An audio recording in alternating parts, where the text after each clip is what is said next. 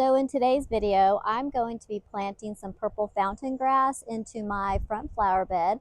We expanded it out a little bit, flared out the ends of it, and so I made space for those purple fountain grasses. They will get, about 4 feet tall, but they do have, they cascade, and so I don't want them in the walking space, but I do love them out there, and I love their little plumes for flower arrangements. I use them every fall, and they on time every year at fall time, so I love it. Anyway, I'm going to put those in the ground today, and then I have some other annuals that I'm going to pop in the ground. Like I said earlier, the sun, well, not the sun, but the clouds behind me look like they might be having some rain in them, so I'm going to hurry up and try to get some of this done. Okay, he's right there. Oh, he moved too fast. Where'd he go? Wait, is that him? That is him, but he keeps moving on us. Aw, wanted to capture him. Well, so much for catching that redbird. He was very fast. That's twice I've seen him up there, so I wonder if his nest is up there. It could be. So let's go find these purple fountain grasses. I have them all all my plants are kind of scattered, but I think I've put all the full sun loving annuals over here. And yes, purple fountain grass is an annual for me. And I see one grass in there, but is it the purple fountain grass?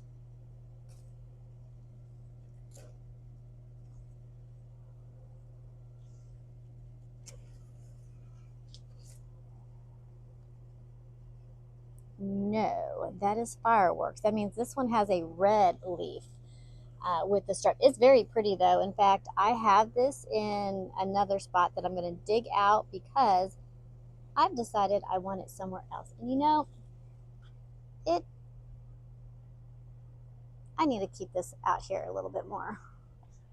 Let's keep you out here. You're a little too under the cover there. Let's put you over here real quick till I can get to you. Okay, that's its home for a little while. Okay, so where did I put these fountain grasses? Let me think.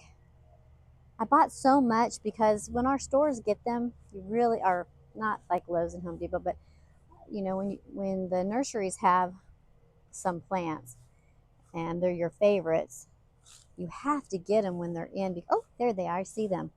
Because you don't want others to snag them up and then not be able to get them again. So as soon as I see these purple fountain grasses, I do snag them. I think I did get this from like Home Depot or Lowe's. Looking at the shape of those pots, I bet they came from a big box store. Okay, so these are what we're going to plant in the front. So let me show you where they're going to go. Okay, so they're going out here. In past videos, we had made this flower bed and we had edged it out and it ended right where that pot was and it came straight out to the sidewalk. But then I wanted this purple fountain grass and my husband was like, "You mean those things that fall into the sidewalk all the time?" I said, "Yes." And so I said, "Well, let's expand the flower bed so that it can grow in a big space." So this is the space it's going to go, right there.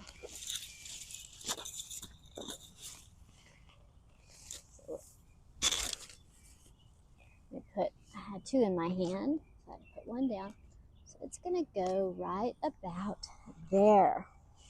And so it'll have a good 1.5 feet on each side, away from all the other plants. And I think it'll love its life there. It likes its life in this area anyway. It does really well every year. Now I could put it where that pot is, but I don't want it to be by those perennials. I would rather keep it away. So I think I'm going to stick to what I had originally decided. We attempted to get the sod cutter to cut this grass, but it's on a big incline and it was still wet that we're just gonna have to do it by hand. Okay, there's that one. And so we're gonna put this one right here. There we go. And it has plenty of space between here and here. And I'm not gonna be exact. I'm not gonna measure or do anything like that because this flower bed here is actually a little bit wider than that one over there. And I wasn't gonna have my husband redo it. We're not gonna be that perfectionist, you know. But it does have plenty of space to grow here. So I'm gonna go ahead and get my shovel and start getting that in the ground before the rain comes. My husband is so proud of these. He planted these up himself with a little help from me. And everything is looking so pretty and filling in. And only, I think it was a week and a half ago. And everything is looking so good. So is this one. Yeah, he did good. And he also planted up these pots too. And they are starting to fill in some. The petunias are definitely getting bigger. There's definitely more growth on the gomphrena. It is definitely going to rain. I feel little sprinkles coming. Okay, so I have my kneeling pad if I have to get down on my knees, which hopefully I don't. Not much anyway. I do have some amendments to put into the soil, so I will be mixing it into the, because that used to be grass, and so the soil has not been amended.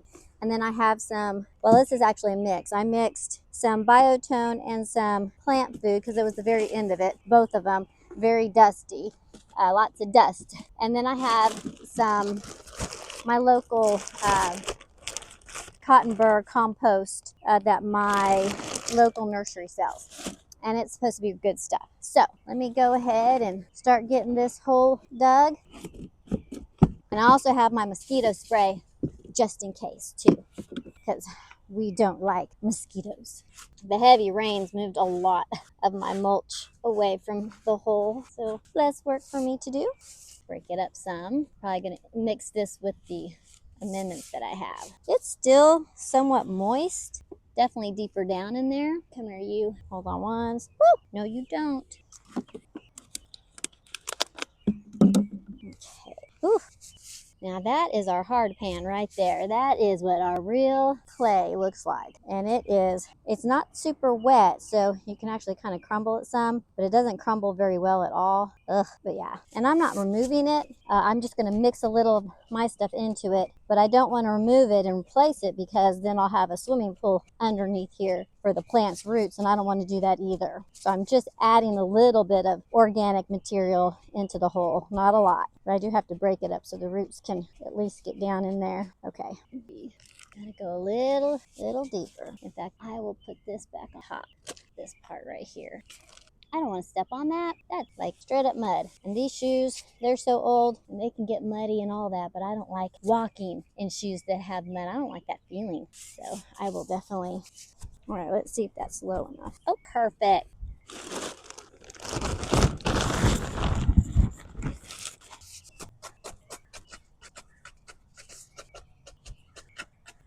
Okay, yep, still good. Okay, let me put a little bit more biotone and feed in there again. Just getting the roots to kind of go down. Aim down. Okay, let's see. Yeah, yep, because I also don't want it sitting too low in there. I want it to be somewhat high so I can also come back with my mulch. All right, let's see if we can get some of this clay back around this root ball. Literally could probably just slide that piece right up on it. It's in a nice little shape.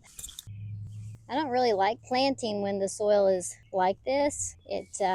You know, when you plant in clay, I'm gonna move that actually. I'm gonna put mine right next to the root ball. Move that away too. Just never goes back into the ground the way it comes out. And so you really want clay to be as dry as possible, almost powdery. So I don't know that clay really has a good texture, mid texture. You know, you either have clay like balls or you have dusty powder that, and sometimes when it's super dry, it's like a rock. I mean, and you can't even get a shovel through it. Like during the drought of summer, you won't be able to dig down to the hard pan. You might as well hit concrete. Doing a little of mine and a little of the original. Hopefully the worms will work it all out for me. I'll have to find a place for all the leftover clay. I have a little sunken spot up there. I think I'm going to go dump it in and come back and mulch that up. All right, so that's the first one, and I think the rain is going to do the watering in for me. And so far, we're safe on the rain. That's good.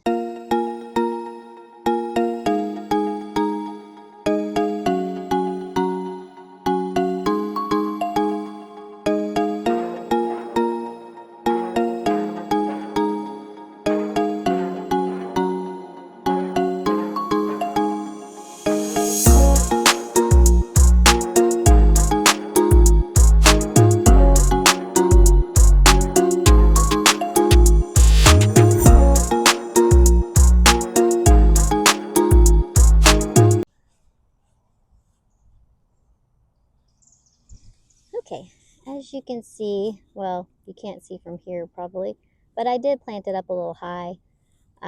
This will, the clay around it, as it flattens, it will then expose the root ball that is above the actual part that I planted.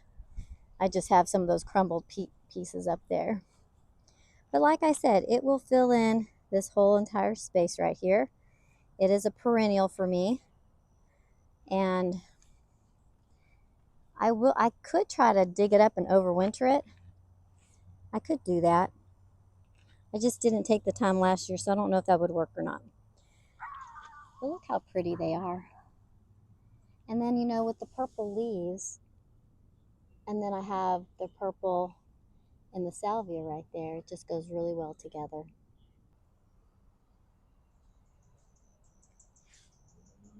Okay, a little info for you on the purple fountain grass.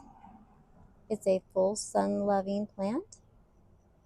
You want to keep it watered, but then after that, you know, you can cut it back. And I'll tell you, I rarely watered mine here because I have clay soil which holds on to moisture pretty good. So if you're in an area that doesn't have the clay soil, or your soil dries out too fast, you may want to water it more often. But I found that here in, you know, Louisiana, Northwest Louisiana, Zone 8B, with all of our clay, the rain was plenty. So I didn't water it very often. It only goes down to about 20 degrees, and it does get 4 to 5 feet high, 4 to 5 feet wide, like I said earlier. And you do want to space them about 3 to 4 feet apart, but I spaced mine from the other plants about 3 or 1.5 feet to 2 feet on each side surrounding it. And that's because I've grown the fountain grass there in that location before, and so I know how it behaves in my yard. Anyway, thanks for joining. Forgot that I was going to show you those little seedlings. Oh wait, hold on. That's grass. I need to get that. But I was going to show you these little seedlings. So all these little seedlings, I'm going to lift them. I think that's the butterfly. I think it's the butterfly weed. I mean, the leaves look kind of similar. I can't tell yet, though. I'm not very good at identifying little seedlings. Some I can, but others I cannot. Like, I know this is a zinnia. No, this is a vinca. This is a weed. But yeah, these are zinnia seedlings, and more there. So these might also be zinnia seedlings, but I'm thinking, I mean, I don't see the little line on them that you see. See how definite this line is? And these are more glossy too. See, like they're shiny. You can really see them on these. They're very shiny, waxy looking. Where this is more dull, I would say. And these kind of look dull. So I think this is this butterfly. Hey everyone, thanks for joining today. And if you like this video, please hit the like button. It does help our channel grow. And if you wouldn't mind, please subscribe so that you can be notified of any other videos that we make. Y'all have a great day.